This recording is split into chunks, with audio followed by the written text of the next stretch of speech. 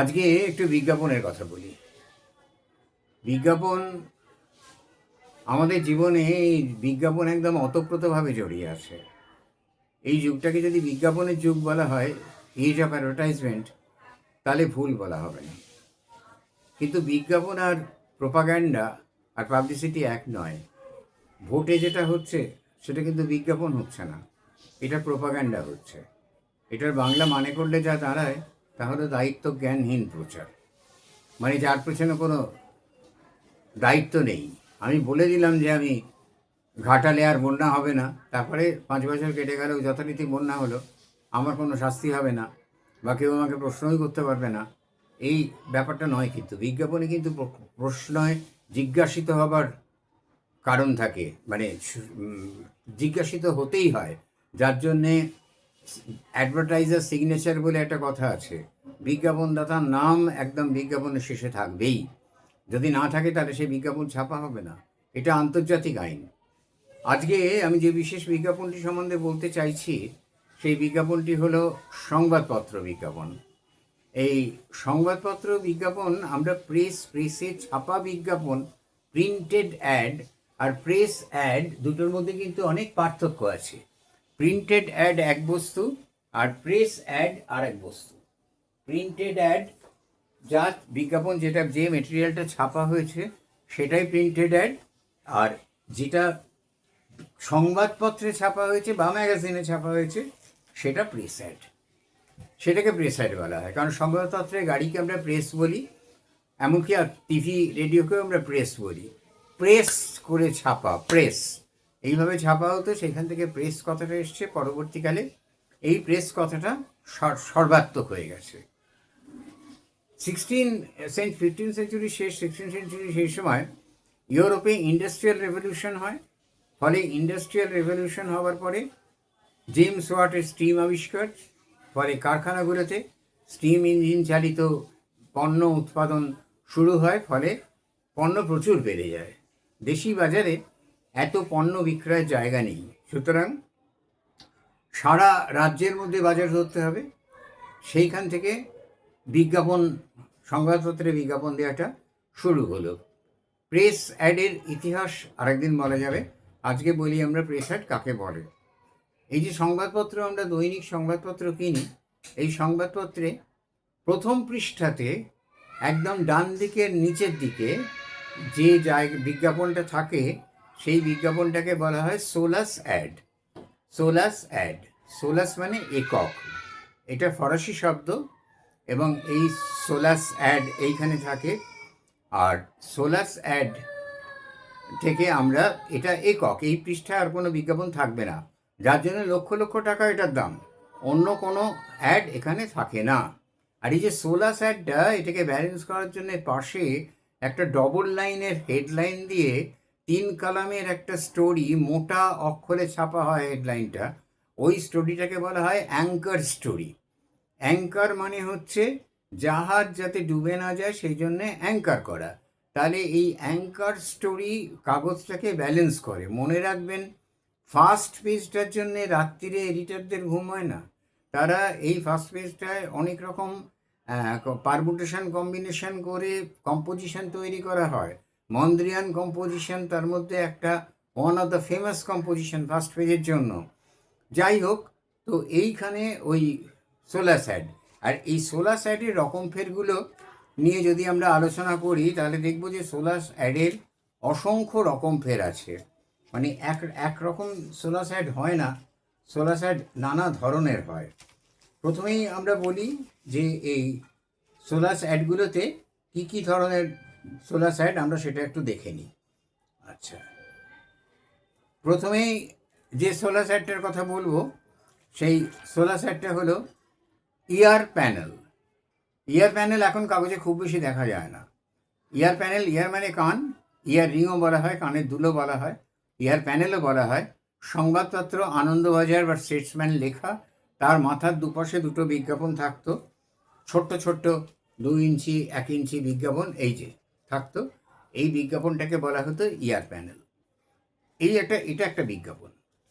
দ্বিতীয়ত আরেকটা বিজ্ঞাপনের কথা বলি, সোলাস অ্যাড বলতে, যেটা সোলাস অ্যাডভার্টাইজমেন্ট, সেদিনকার আনন্দবাজারে যেখান থেকে আমি এটা কাটিংটা নিয়েছি, এইটা সোলাস অ্যাড, এখানে আর কোনো বিজ্ঞাপন ছিল না।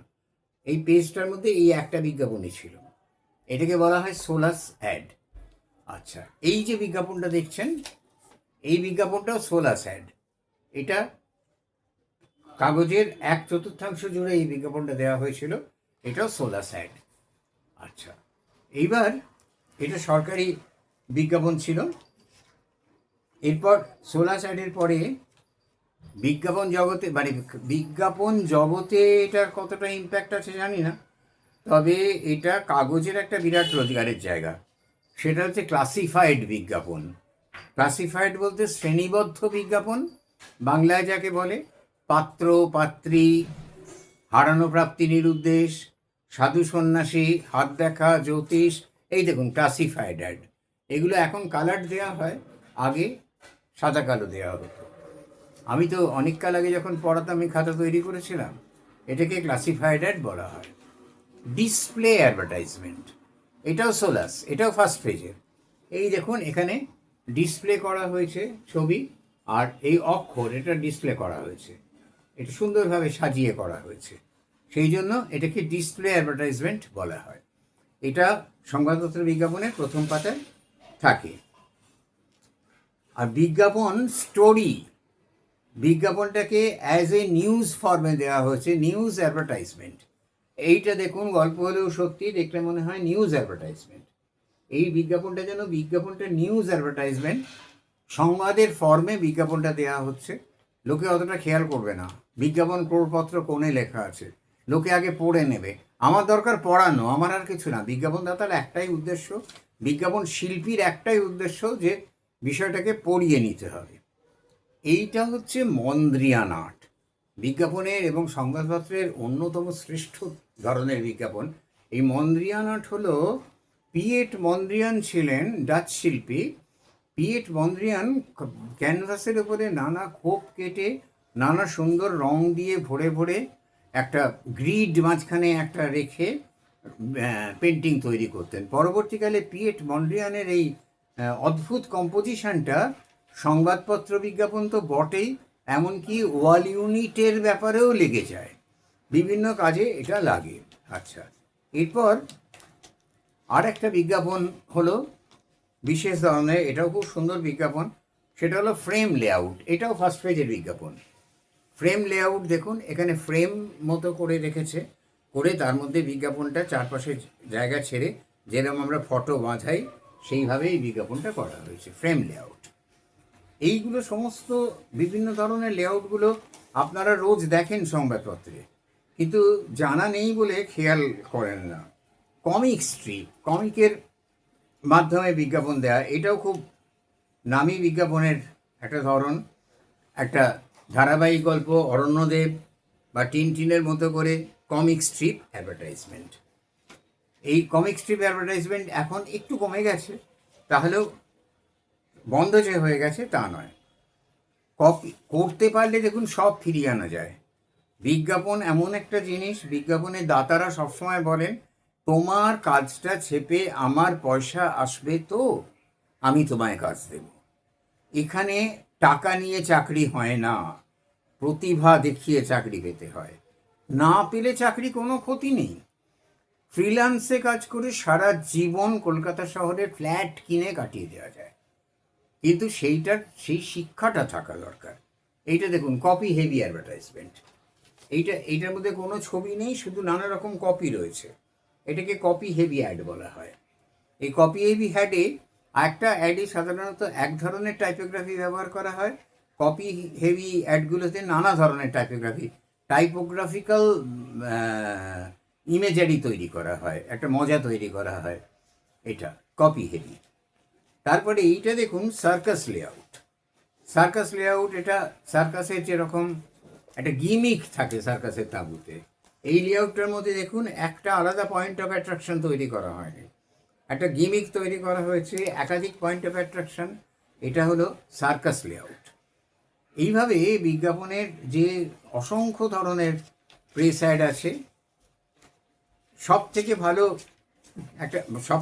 তো সবই, আমি বলছি আর একটা প্রেস অ্যাড দেখাই, এটা সিলিউট অ্যাডভার্টাইজমেন্ট।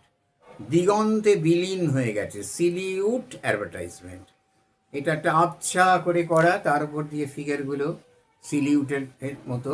এটা একজন ফরাসি জেনারেল যুদ্ধের সময় বসে বসে, তার কোনো কাজ ছিল না, যুদ্ধের সময় ভালো লাগতো না, যুদ্ধ তার ভালো লাগতো না, আর্টিস্ট মেন্টালিটির, সে কাগজ ছিঁড়ে ছিঁড়ে কোলাজ করতেন, সেখান থেকে সিলিউট লেআউটটা আসে।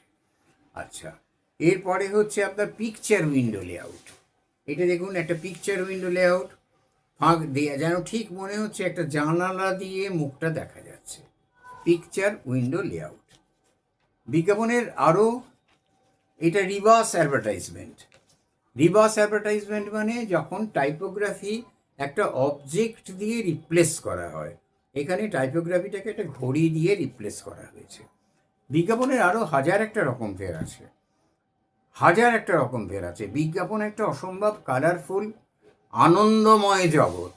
যদি বিজ্ঞাপন ঠিকভাবে করা যায় তাহলে কিন্তু ভাতের অভাব হয় না। কিন্তু বিজ্ঞাপনের দুটো জায়গা আছে, একটা হয় আপনাকে শিল্পী হতে হবে, কিন্তু আর্ট কলেজে অ্যাডমিশন পাওয়া চারটিখানি কথা না, আর্ট কলেজ থেকে পাশ করা চারটিখানি কথা না। না যদি পারেন থিম মেকার হতে পারেন, কপিরাইটার হতে পারেন, ভিজুয়ালাইজার হতে পারেন। হাজার একটা জায়গা রয়েছে বিজ্ঞাপনে কাজ করার, অন্তত 7টা লুক্রেটিভ পোস্ট রয়েছে।